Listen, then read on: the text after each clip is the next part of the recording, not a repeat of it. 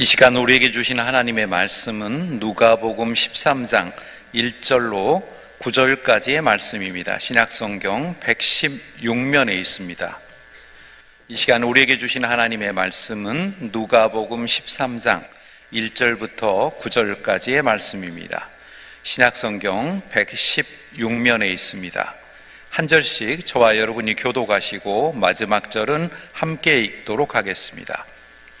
그때 마침 두어 사람이 와서 빌라도가 어떤 갈릴리 사람들의 피를 그들의 제물에 섞은 일로 예수께 아뢰니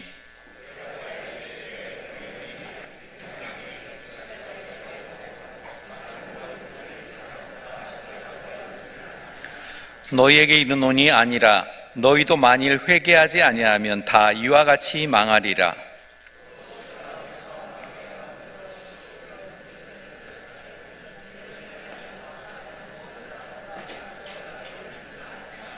너희에게 이르노니 아니라 너희도 만일 회개하지 아니하면 다 이와 같이 망하리라.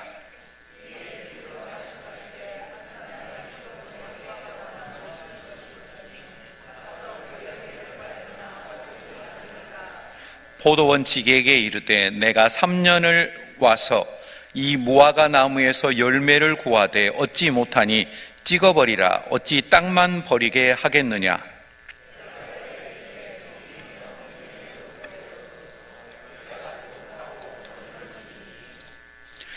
이후에 만일 열매가 열면 좋거니와 그렇지 아니하면 찍어버리소서 하였다 하시니라. 아멘. 함께 기도하겠습니다. 은혜와 사랑의 하나님 감사드립니다. 이 시간 일산명석교회 성도들 함께 모여서 주일 찬양 예배를 드립니다. 성령께서 임재해 주셔서 부족한 저와 함께하여 주시고 말씀을 전하고 듣는 자가 함께 은혜를 나누는 복된 시간 되게 하여 주옵소서. 특별히 우리가 3월 1일이라고 하는 국가적인 기념일을 기억하면서 나라와 민족을 위해서 앞서왔던 기독교의 본래적인 자세로서 나아가게 하여 주옵소서. 예수 그리스도 이름으로 감사 기도 올리옵나이다. 아멘. 성도는 불과 2, 3년 전에 튀르키예, 예전에 터키라고 불렀던 곳과 시리아 국경 쪽에서 진도 7.5 1차 그리고 2차 7.9의 엄청난 강진이 왔습니다. 그리고 수천 채의 집이 파괴가 되고 무려 3,800명이나 되는 사람이 죽고 더 많은 이재민들 수만 명과 부상자들이 나오게 됐습니다. 이것은 세계적인 어려움입니다. 그런가 하면 호주와 캘리포니아에도 지구온난화 때문에 대형 화재가 일어나서 난리가 났습니다. 그런데 이건 나무나라 이야기가 아닙니다. 불과 작년 여름에 강릉을 중심으로 해서 지독한 가뭄 때문에 막 저수지가 다 10분의 1 이하로 줄어들었다. 제한급수를 해야 된다. 굉장히 어려운 상황에 빠졌습니다. 불과 30여 년 전으로 돌아가 보면 94년도 성수대교가 무너지고 삼풍백화점이 또 무너지고 그리고 대구 지하철에서 조금 잘못된 마음을 먹은 사람이 불을 지름으로 말미암아 많은 희생자가 나오는 그런 슬픈 일이 있었습니다. 또 안전에 대한 감각이 무뎌져서 세월호 참사라고 하는 안타까운 일도 있었습니다. 여러분, 이런 어려운 일을 겪을 때 해외에서나 국내에서 어떤 생각이 드십니까? 그 사람들이 죄가 있어서 그랬을까요? 아니면 누군가 잘못해서 그랬을까요? 오늘 본문의 배경은 하나의 망대가 무너진 것을 가지고 두 시각이 전혀 다른 것을 배경으로 하고 있습니다. 오늘 본문의 배경은 사실은 예수님께서 1절에 보면 그때 마침이라는 그런 말이 나오게 됩니다. 이건 어떤 거냐면 현지에서 시대의 징조를 보아야 되는데 그 당시 실로암 망대라고 하는 이제 군사적인 요충지에서 이렇게 앞쪽을 감시하는 곳이 좀 보수 공사를 해야 했습니다. 근데 이게 좀 보수 공사를 잘했으면 좋았는데 보수공사를 하다가 오히려 거꾸로 망대가 무너지는 바람에 일꾼 18사람이 사망하는 그러한 참변이 터졌습니다. 근데 여기에 두 가지 전혀 다른 시각이 나오게 됩니다. 바리새인들의 입장에서는 이 사람들이 잘못했거나 부모가 뭔가 죄가 있어서 하나님이 때렸다, 그러니까 이 사람들은 벌을 받을 만한 사람이었다, 이렇게 몰아치고요. 거꾸로 열심당원과 같은 독립운동가들 입장에서는 이 사람들이 로마에 아부하고 이거 친로마적인 반역자들이다, 국가에. 그러니까 죽는 게 당연하다, 이런 삐딱한 시각으로 18사람에 대한 동정이 조금도 없이 부정적으로 봤습니다. 여기에 예수님께서는 제3의 시각을 보여주십니다. 어떤 시각이시냐면 그들의 죄도 아니고 그 안에서 우리가 교훈을 얻어야 되는데, 너희들이 특별히 의로워서 그런 사고에서 면한 게 아니다, 거기에서 영적인 교훈을 얻어야 된다, 이렇게 예수님께서 말씀하고 계십니다. 성도 여러분, 우리는 주변에 어떤 사람이 고난받았을 때 조심해야 될 말이 있습니다. 제가 병원에 있으면서 그런 걸 많이 느꼈는데, 중병에 걸려서요, 암이라든가 또는 굉장히 중한 수술을 받고 그럴 때 환자를 면회하러 왔다가 오히려 환자를 화나게 하고 가는 사람들이 기독교인 가운데 의외로 많아요. 뭔 죄가 그렇게 많아서 수술을 받게 됐어. 이거 안 해야 될 말이거든요. 지금 굉장히 불편해갖고 있는 사람에게. 그러면 상대방이 또 되받아쳐요. 그럼 당신은 왜 몇 년 전에 그런 일이 있었어? 당신이 그때 무슨 죄가 그렇게 많았길래? 이렇게 되받아치게 돼 있어요. 그래서 그런 일은 말해서는 안 될 이야기입니다. 즉 예수님께서는 그들의 죄가 아니라는 관점입니다. 오히려 거기에서 하나님의 의도를 깨닫고, 그리고 슬퍼할 사람과 함께 슬퍼하고 위로해야 될 사람을 함께 위로하는 그런 자세가 중요하다는 겁니다. 많은 분들이 기독교 신앙을 갖고 있으면서 불교식의 인과응보, 또 유교식의 권성징악처럼 오해할 때가 있습니다. 근데 여러분, 꼭 그렇지 않습니다.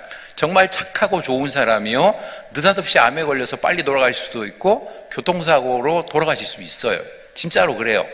때로는 악당인데요, 저놈 하나님이 탁 쳐버렸으면 좋겠다 그러는데 멀쩡하게 오래 살고요, 욕을 많이 먹어서 그런가 참 잘 살아요. 그런 사람이 있어요. 이건 어디까지나 우리가 이 땅의 관점에서 보기 때문에 그렇습니다. 하나님의 관점에서는 우리가 살고 있는 이 건강하면 요즘에는 80, 90, 100세 이렇게 사십니다만은 이거 별로 긴 세월이 아니에요. 거기서 잘 먹고 잘 살았다고 끝나는 게 아니에요. 여러분, 지금 친일파들 보면은 사실 이완용 씨가 지금 와서 욕을 얻어먹어서 그렇지 자기 죽을 때까지는 굉장한 권력과 부귀영화를 누렸던 사람이에요. 땅이 얼마나 많았는지 이완용 씨가 전국에 있는 땅을 팔면 여의도 면적하고 맞먹을 정도로 그런 부자였습니다. 일본으로부터 귀족 칭호를 받았고요, 귀족 연금을 죽을 때까지 받은 사람이에요. 그때는 좋았어요. 근데 지금 어떻습니까? 이완용 씨 후손들이요, 호적에서 우리 이완용 저기 조상을 파헤치자 그래고 진짜로 빼버렸어요. 빼버렸다니까요. 호적에서 파버렸다고요. 그런 안 좋은 일을 이 땅에서 심판을 받았습니다. 하물며 하나님 앞에서 우리가 모르는 부정부패와 잘못된 것들은 반드시 심판을 받게 됩니다. 그러므로 우리는 눈앞에 보이는 그 사람이 일시적으로 잘 되고 어떤 사람이 잠시 어렵다고 해서 그 사람을 함부로 판단할 것이 아니라 하나님의 시각에서는 그것을 어떻게 받아들일까, 이런 관점으로 볼 것입니다. 오늘 무화과나무 비유를 통해서 이스라엘 민족적 고난, 그리고 그것을 어떻게 받아들여야 되는가, 이것을 예수님께서 설명하고 있습니다. 그러면 무화과나무의 비유가 주는 영적 교훈은 구체적으로 무엇일까요? 열매 없는 무화과나무의 비유가 주는 영적 교훈으로 첫 번째는, 하나님께서는 회개하지 않는 죄인이라 할지라도 당장의 심판보다도 회개의 기회를 주시는 하나님이라는 것을 기억해야 합니다. 오늘 무화과 나무는요, 전통적으로 이스라엘 백성을 상징합니다. 그래서 마태복음 24장을 보면 예수님께서 미래를 예언하실 때 무화과 나무 잎이 연하여지고 무성하여지면이라고 말씀하셨는데, 이것을 많은 현대 신학자들은 1948년 이스라엘의 독립을 상징한다고 그렇게 해석을 합니다. 그만큼 예수님께서 언급하실 정도로 무화과 나무라고 하는 것은 이스라엘을 상징합니다. 그리고 이 무화과 나무는 너무 달지 않습니다. 사실 저희 형님이 몇 년 전에 동남아를 놀러 갔다가 큰일 날 뻔했는데요. 무엇 때문에 큰일 날 뻔했냐면, 이제 동남아 가가지고 이제 친구들하고 뭐 파인애플, 망고, 바나나 이런 걸 먹었잖아요. 근데 망고를 먹었어요. 근데 너무 맛있더래요. 그래서 적정한 선을 안 지키고 너무 많이 먹었어요. 그랬더니 순간적으로 머리가 띵 하고 이게 당뇨 수치가 올라가니까 큰일 날 뻔했어요. 이게 너무 다니까. 여러분, 이렇게 문제가 돼요. 그런데 무화과 나무는 그렇지 않습니다. 상당히 많이 먹어도 당도가 약하기 때문에 잼으로 만들어 먹거나 뭐 이래도 크게 사람에게 문제가 되지 않습니다. 건건한 그런 맛이어서 많이 먹을 수 있는 나무예요. 근데 오늘 본문에 나오는 무화과 나무는 무슨 문제가 있냐면, 3년이나 기다렸으면 열매를 맺어야 되는데 지금 가까이 가보니까 열매가 없어요. 이게 문제라는 겁니다. 이걸 오늘의 우리에게 적용을 하면요, 하나님께서 저와 여러분에게 은혜를 내려주시고 사랑을 부어주시고 지금까지 인도해 주셨어요. 그런데 열매가 없어요. 가정에서, 교회에서, 사회에서 열매가 없어요. 이러면 문제가 된다는 겁니다. 오늘 본문에서는 그럼에도 불구하고 하나님께서 그것을 인내하시고 기다려주고 계신 것을 보게 됩니다. 우리 성경 베드로후서 3장 9절을 한번 함께 읽겠습니다. 다 같이 읽겠습니다. 주의 약속은 어떤 일이 더디다고 생각하는 것 같이 더딘 것이 아니라 오직 주께서는 너희를 대하여 오래 참으사 아무도 멸망하지 아니하고 다 회개하게 이르기를 원하시느니라. 하나님의 사랑이 지금 심판을 잠깐 멈춰 있는 거예요. 그렇지 하나님께서 악당을 그냥 대강 넘어가자, 그게 아니라는 겁니다. 즉 불교식의 인과응보가 아니라 어디까지나 기회가 되고 때가 되면 하나님의 심판이 있다는 겁니다. 다만 오늘의 하나님께서는 참아주시고 인내하시고 견뎌주시고 있는 그러한 것을 보게 됩니다. 그러므로 우리는 기회가 있을 때 하나님 나라를 위해서 열매 맺는 일을 위해서 최선을 다할 것입니다.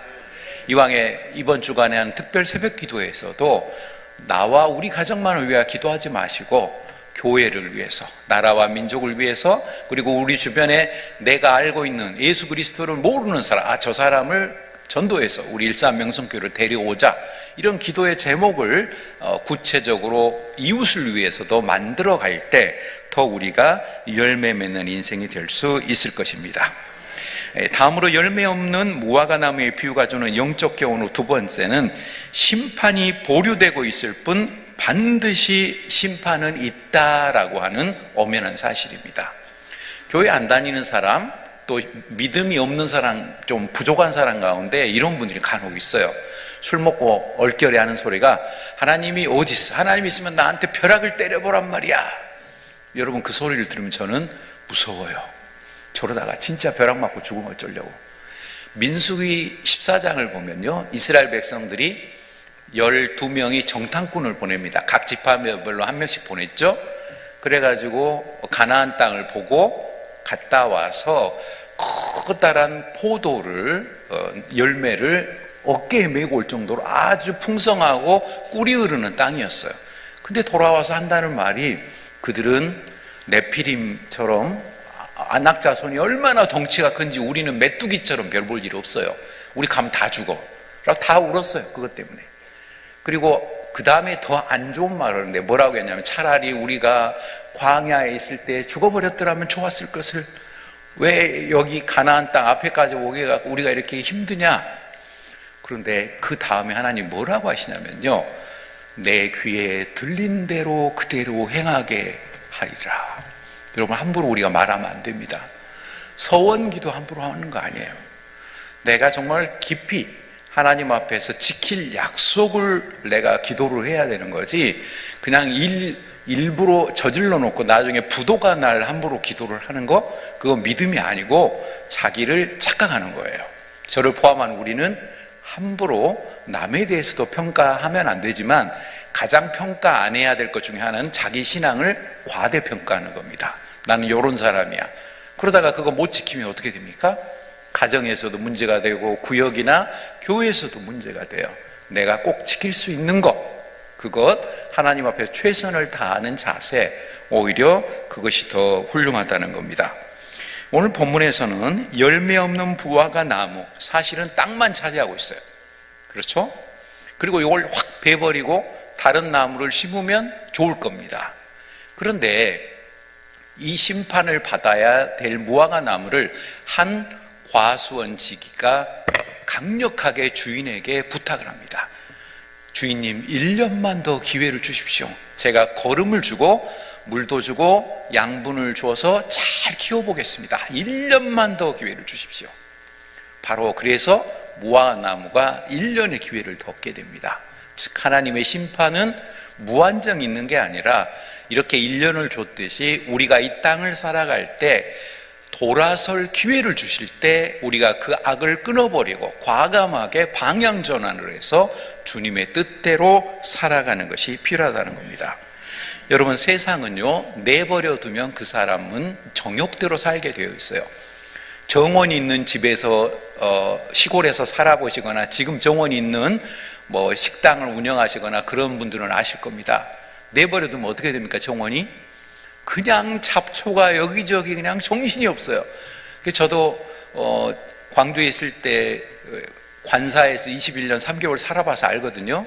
그래서 옆에 있는 다른 의사들한테 물어봤더니요, 그놈의 잡채가 싫어서 처음에는 잔디도 심어보고 난리를 쳤는데 잔디를 이 잡초가 이겨버린대요. 그래서 잡초가 무성해가지고 잔디밭인지 잡초밭인지 모르겠어 화가 나서 그걸 시멘트로 확 따라버렸대. 아예 아무것도 나오지 말아라. 우리 집 마당은 시멘트, 별로 몸에는 안 좋지만 얼마나 잡초가 힘들었던지. 제가 살고 있던 거기도 해마다 어떻게 된 게 시내에 살고 있는데, 여러분 이게 그 찍덩쿨이 무슨 말입니까? 이게 찍덩쿨이 나와요. 산에서 막 내려와가지고 그거 잘라도요, 이렇게 건너뛰어서 이 녀석이 짬뿌를 하는 특징을 갖고 있더라고요. 요거 잘라도요, 여기서 또 살아요. 요거 잘라도 저기서 또 살아요. 해마다 내가 찍덩쿨을 자르러 이 관사에 사나 싶을 정도로 못 이겨요. 그 가시덩쿨. 또 그런가 하면 어떤 한 해는 아카시아가 지 멋대로 와가지고 막 이렇게 자라버리고 자르면 그 다음에 또 생기고. 정원을 관리하는 거는 진짜 부지런하고 그런 사람이 살아야 되는 거구나. 그래서 저는 간혹 가다가 아는 분들이 나이가 들어서 정원 있는 집에서 폼나게 살고 싶다 그럼 말려요. 그 저 푸른 초원위에 낙엽은 누가 쓸고 누가 잡초는 뽑고 집이 무너지고 그러면 그거 누가 수선하고. 절대 반대합니다. 나이가 들수록 그냥 차라리 아파트에 살아야 돼요, 여러분. 이거 경험입니다. 이거 모르신 분들은 그냥 막연히 넓은 집, 그냥 정원이 있는 집 생각하지만 아닌 거예요. 마찬가지입니다. 우리 그리스도인의 마음은 정원과 같습니다. 특별새벽기도에 나오고 주일 오후 찬양예배에 나오고 이런 분들은 사실 내 마음의 영성을 갖고 가고 있는 사람이에요. 근데 교회 주일 아침에도 겨우 나와갖고 그것도 질질질 끌려가지고 겨우 그 예배 한번 드리면서 내가 신앙생활을 잘할 수 있다. 이거는 착각입니다. 나도 모르게 예수님이 그 가라지의 비유를 한 것처럼 사탄과 마귀가 인터넷을 통해서 텔레비전을 통해서 주변 사람을 통해서 막 뿌려요. 가라지가. 그래서 결국 알곡과 같이 자라남으로써 우리가 결국 어렵게 되는 그런 일이 있다는 겁니다. 그러므로 우리는 기억할 것입니다. 천국의 열매 맺는 거룩한 생활을 위해서 자신의 일, 정욕적인 일보다도 하나님 나라의 일을 위해서 내가 살아가리라. 그런 심정으로 살아가는 우리 모두가 될 수 있기를 바랍니다. 다음으로 열매 없는 무화과 나무의 비유가 주는 영적 교훈으로 세 번째로, 우리는 생리적 관점이 아니고 병리적 관점을 가지고 살아가면서 열매 맺는 인생이 되어야 합니다. 여기 좀 설명이 필요합니다. 우리 기독교 신학에서요, 생리적 관점, 병리적 관점이라고 하는 영성신학에서 관점이 있는데, 생리적 관점은 뭐냐면요, 어떤 사람이 있어요. 이 사람은 원래 그런 사람이에요. 이 사람은 변화할 가망이 없어요. 그러니까 이 사람은 그대로 내버려 둬야, 그렇게 살다가 죽게 내버려 둬. 이게 생리적 관점입니다. 이건 우리 기독교 관점이 아니에요. 불교처럼 인연설이라든가 이런 쪽이고, 기독교의 관점은 병리적 관점입니다. 뭐냐면요, 하나님의 형상으로 지음받은 고귀한 존재예요. 그런데 정신적 독감과 같은 주변 환경이나 개인이 어떤 고난을 겪었거나 어려움을 겪으면서 심리적으로 이게 왜곡이 됐어요. 병이 들었어요. 독감에 걸렸단 말이에요. 정신적 독감. 그래서 지금 잘못된 생활을 하고 있어요. 요거를 예수 그리스도의 보혈의 십자가와 부활의 권세를 딱 만나서 변화가 되면 이 사람도 하나님의 자녀로서 변화될 수 있다. 여러분, 이게 병리적인 관점이에요. 그런데 모든 그리스도인이 우리 가족이나 주변에 있는 믿지 않는 사람, 많은 사람들을 병리적 관점으로 봐야 되는데, 생리적 관점으로 볼 때 문제가 됩니다. 남편하고도 오래 살고, 또 가족, 일가 친척이 있으면 저 사람, 저 친구, 내가 쟤하고 한 40년, 50년 친구인데 저러면 절대 안 변해. 이거 생리적 관점이에요. 병리적 관점은, 그래, 나는 저 사람 변화 못 시켰어. 그런데 성령이 함께하고 하나님이 함께하면 저 사람 변할 수 있어. 여러분, 그런 관점, 대표적으로 1993년부터 94년까지 안타깝게도 6건이 넘는 납치, 강도, 살인 사건을 일으켰던 지존파라고 하는 그런 안 좋은 조직이 있었습니다. 이 사람들은 좀 집안이 불우한 집안 출신 혹은 뭐 고아 출신이기도 하고, 그런 여러 사람들이 이루었던 그 조직이었는데, 처음에 이 사람들이 체포됐을 때 사람들이 놀랐어요. 그 가운데 기독교인이 희생당한 사람도 있었어요. 어떻게 이 사람이 희생당했냐면, 중소기업을 운영하는 분인데, 부자가 아니고 그냥 평범한 분인데 납품을 하려고 하다가 보니까 트렁크가 좀 커야 된대요. 그래서 그 당시 94년에 좀 큰 차였던 그랜저, 좀 큰 이 트렁크에다 뭘 좀 넣어가고 달라고 갖고 다녔는데 부자인 줄 알고 그만 부부가 납치당해서 살해를 당한 거예요. 자, 이 사람들이 잡히니까 주변 사람들이 그렇게 생각했습니다. 저런 놈들은 빨리 사형을 시켜버려야 된다고. 우리나라가 1997년 김영삼 대통령 때부터 지금까지 약 30년 동안 사형제도를 실시하지 않고 있는데, 이 사람들이 거의 막판에 사형당한 사람입니다. 이 지존파 사람들이. 그게 바로 생리적 관점이에요. 근데 서울의 어떤 여전도에서 병리적 관점으로 지존파 사람들을 한 사람 한 사람 여전도에서 전도를 한 거예요. 처음에 성경책을 넣어줬더니 이런 거 말고 먹을 거 주세요 하고 던져버리더래요. 그리고 차입금을 주고 복음을 전했더니 해해하고 웃으면서 말도 안 되는 소리 하지 말라고, 내가 지금 사형당하게 생겼는데 그런 한가한 예수 소리 들어야 되겠냐고 이랬던 사람들이 6개월 동안 꾸준히 복음을 증하니까 갑자기 어느 날 눈물을 뚝뚝뚝 흘리더니 예수님을 믿고 싶다. 그래가지고 교도소에도 일주일에 한 번씩 들어가는 그런 그 채플린과 같은 그 목사가 있습니다. 이분을 통해서 세례를 받게 되고요. 이분이 사형을 95년도 하반기에 받았는데 변화가 완전히 됐어요. 특히 두목부터. 그래서 두목이 안타깝게 사형을 당하게 됐는데, 그때 교도소 간수로 사형을 집행하는 자리에 있었던 장로님이 책을 쓰셨어요. 하나님이 변화시키지 못할 사람은 없다라고 홍성사에서 나온 책인데, 그 책을 통해서 저도 이분들의 마지막을 알 수 있었습니다. 그 두목되는 사람이 그랬대요. 마지막 사형을 당하는 순간에, 제가 어렵고 불우하게 자라서 세상에 분노하고 울분이 가득 차서 나보다 잘 사는 사람에게 보복하고 싶었습니다. 근데 이것이 얼마나 잘못됐다는 것을 예수님을 알게 됐습니다.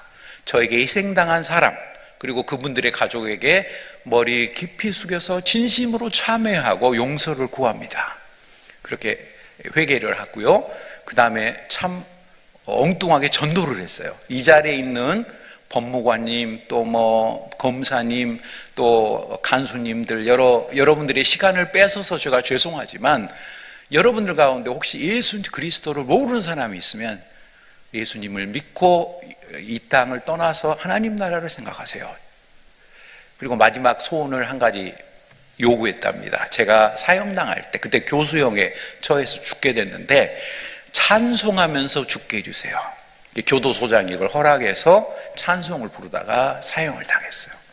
성도 여러분, 우리는 흔히 내 관점에서 좀 우락부락하게 생긴 사람은 저 사람 복음을 안 받아들일 것 같아. 전도하지 말아야지. 그럴 수가 있거든요. 그런데 하나님이 감동을 주시면 오히려 우락부락한 사람이 더 잘 받아들인다니까요. 오히려 얼굴은 매끈매끈하고 친절하죠. 안 받아들이면 여기가 뺀들여가지고 오히려 더 안 받아들일 수 있어요. 그래서 우리의 시각이 아니고 하나님의 시각, 하나님께서 병리적으로 그 사람을 감동감화 시켜주면 어떻게 될지 모른다.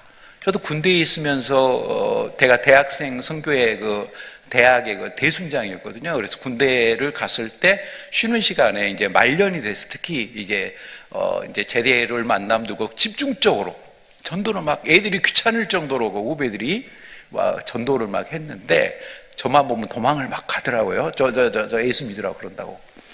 근데 이제 이발소에 있는 한 애를 제가 그 사형지 책자를 통해서 이렇게 불과 뭐 5분, 10분이죠. 10분 정도 전도, 갑자기 얘가 얼굴이 심각해지더니 예수님을 영접하는 기도를 했더니 진짜로 따랐어요. 그리고 예수님을 믿겠다는 거예요. 누가 놀랬겠어요, 여러분? 제가 놀랐어요.